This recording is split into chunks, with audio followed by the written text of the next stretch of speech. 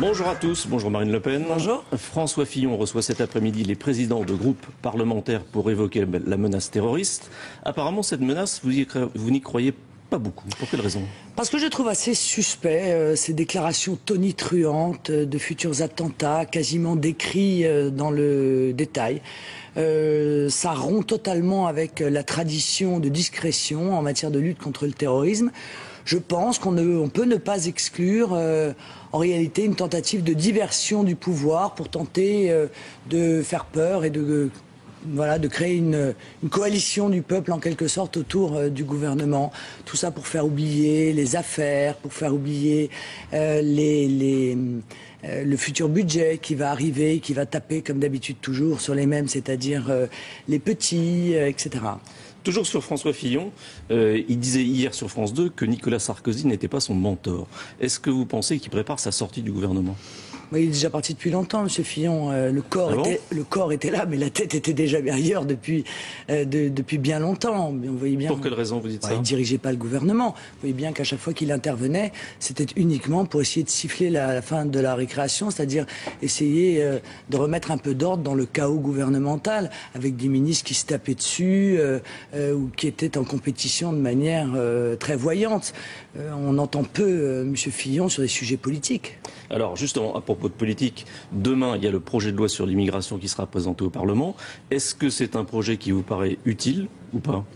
Non, il est comme toutes les lois qui sont votées par Nicolas Sarkozy, que ce soit en matière d'insécurité, il y en a eu 17 je crois, ou en matière d'immigration, il y en a eu aussi beaucoup. Ça n'aura absolument aucun intérêt. La disposition la plus dangereuse d'ailleurs de cette loi sur l'immigration, c'est la création d'une carte bleue européenne qui va permettre en réalité à Bruxelles de décider qui s'installe sur notre territoire et de donner l'autorisation à des étrangers de s'installer sur le territoire français sans notre accord. On va aller chercher des travailleurs qualifiés alors que nous avons 5 millions de chômeurs et on va voir arriver des ingénieurs indiens, des infirmières qui vont peser là encore à la baisse sur les salaires de nos travailleurs qualifiés après avoir pesé à la baisse sur le salaire de nos travailleurs non qualifiés depuis les années 70. Mais est-ce qu'au fond vous craignez pas plutôt que ce projet de loi, ça vous prenne des électeurs ? Mais non, mais il est inutile, il ne changera rien.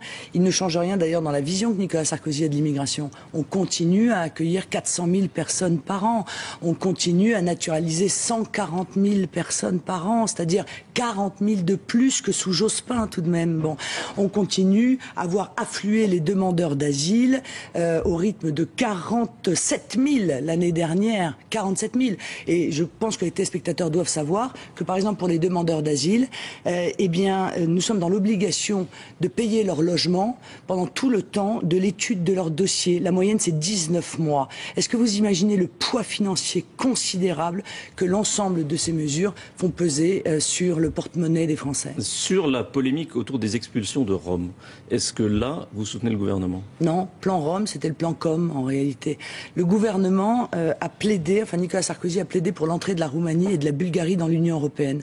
C'est-à-dire qu'il a considérer que demain, l'ensemble des habitants de ces deux pays pourraient, en vertu des directives européennes, s'installer librement dans notre pays. Par conséquent, l'agitation qui consiste à faire croire qu'ils ramènent les Roms à la frontière, sachant qu'ils peuvent revenir quelques minutes plus tard, est en réalité une escroquerie politique. Votre adversaire numéro 1 aujourd'hui, c'est qui? C'est Martine Aubry ou c'est Nicolas Sarkozy? Ce sont les mêmes. Très bien. Ce sont les mêmes, ce sont les mondialistes. Ils sont tous les deux mondialistes. Leurs partis défendent tous les deux l'Union européenne, l'effacement des frontières, la disparition de notre souveraineté budgétaire, territoriale, financière, monétaire, législative. Ils sont tous les deux pour continuer une immigration massive. Par conséquent, ils sont exactement sur la même ligne, même s'ils font semblant de s'opposer. Vous savez, c'est le match de catch, quoi.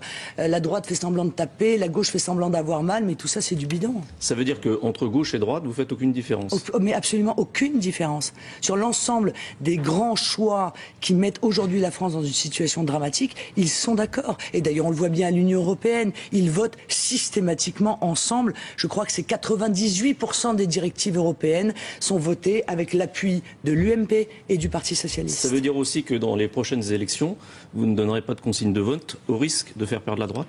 Mais nous n'avons pas de consigne de vote à donner puisque nous serons en position à chaque fois d'être au second tour et donc de donner le choix aux Français d'une véritable alternative, d'une véritable politique différente, faire la politique autrement. C'est ça le rôle du Front National. Cette semaine, il y a aussi une grosse actualité avec le budget.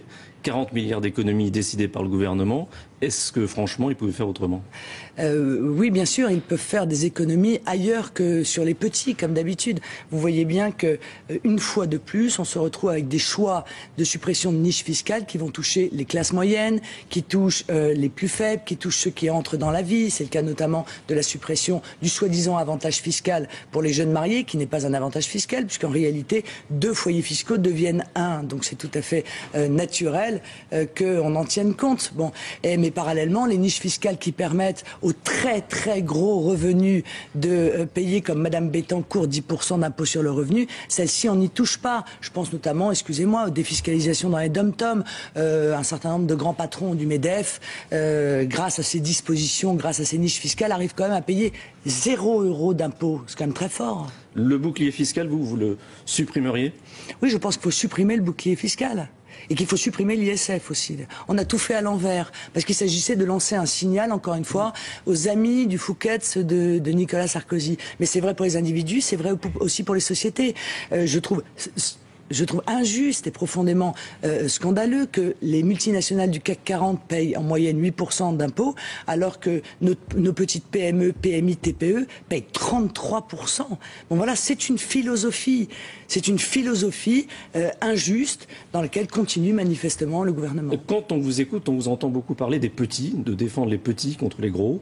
Est-ce que c'est la ligne que vous voulez incarner si vous devenez présidente du Front National en janvier prochain? Mais bien sûr, parce que je crois que la responsabilité d'un parti politique, c'est évidemment de protéger ceux qui n'ont pas les moyens d'être protégés. C'est vrai en matière de sécurité, c'est vrai en matière fiscale, c'est vrai en matière d'emploi. Or, aujourd'hui, il faut bien admettre que l'ensemble des décisions qui sont prises pour bénéficier à la caste, à l'élite, et que le petit peuple est juste bon pour ouvrir le portefeuille et pour payer, sans d'ailleurs plus aucune contrepartie quasiment aujourd'hui. Parce qu'on dit qu'on ne baisse pas les impôts, en réalité on crée des taxes, on augmente les impôts locaux, on supprime des niches fiscales, ce qui correspond à une augmentation des impôts, et de surcroît, les services publics qui sont la contrepartie de l'impôt, eux s'effondrent. Moins de police, moins d'hôpitaux, moins d'armées, moins de gendarmes, un niveau d'éducation qui baisse. Merci Marine Le Pen. William, c'est à vous. Merci beaucoup. Un tout petit tour du monde et puis ensuite...